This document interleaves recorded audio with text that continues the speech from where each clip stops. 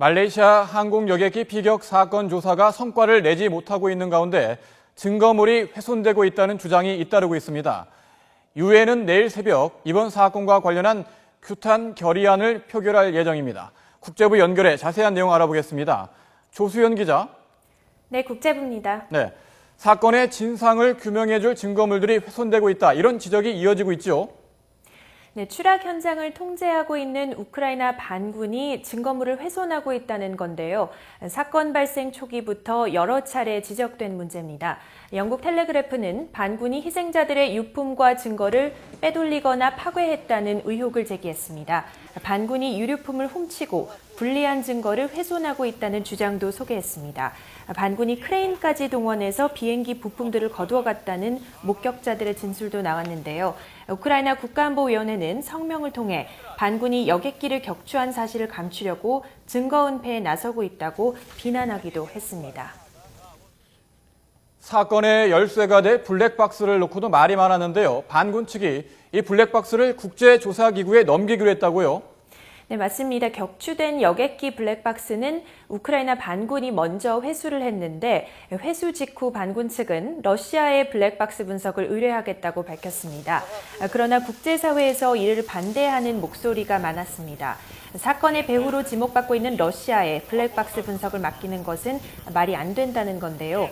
진실을 은폐하거나 조작될 우려가 있다는 겁니다. 반대의 목소리가 높아지자 반군 측은 블랙박스 분석을 국제조사기구에 넘기겠다고 밝혔습니다. 러시아도 블랙박스 분석을 거부했는데요. 국제사회의 비난에 부담을 느껴서 이 같은 결정을 내린 것으로 풀이됩니다. 이번 사건의 핵심, 과연 누가 여객기를 쐈느냐 아니겠습니까? 사건 직후에 북후 미사일이 우크라이나 반군 측에서 러시아 쪽으로 이동했다, 이런 주장도 나왔죠.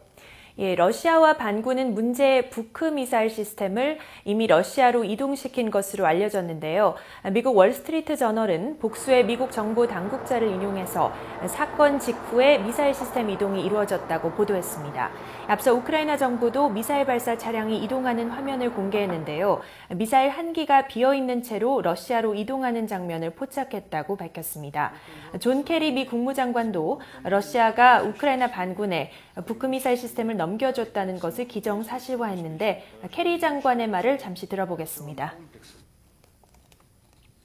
It's pretty clear that this is a system that was transferred from Russia in the hands of separatists. We know with confidence that the Ukrainians did not have such a system anywhere near the vicinity at that point in time.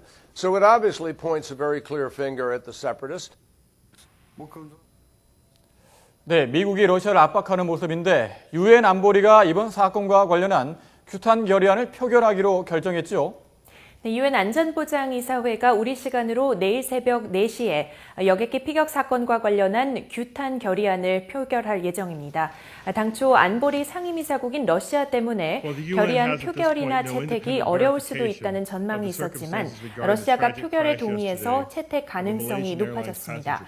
결의안 초안은 이번 사건으로 자국민 28명이 희생된 호주가 마련했는데요. 결의안은 여객기 격추 현장을 통제하고 있는 무장단체들이 현장을 훼손하는 어떤 행동도 중단할 것을 요구하고 있습니다. 또 추락 현장과 주변 지역에 조사 요원들이 안전하고 전면적인 접근을 하도록 보장하라고 요구했습니다. 이런 가운데 서방국들은 러시아에 대한 제재 마련을 적극적으로 검토하고 있는 것으로 알려졌습니다. 존 케리 미 국무장관은 방송에 출연해서 그동안 대러시아 제재에 소극적이었던 유럽 국가들이 미국이 주도하는 제재에 합류해 줄 것을 요청했습니다. 또 영국과 독일, 프랑스 정상들도 전화회의를 통해 러시아에 대한 EU의 접근 방식 등을 논의한 것으로 전해졌습니다. 지금까지 국제부에서 전해드렸습니다.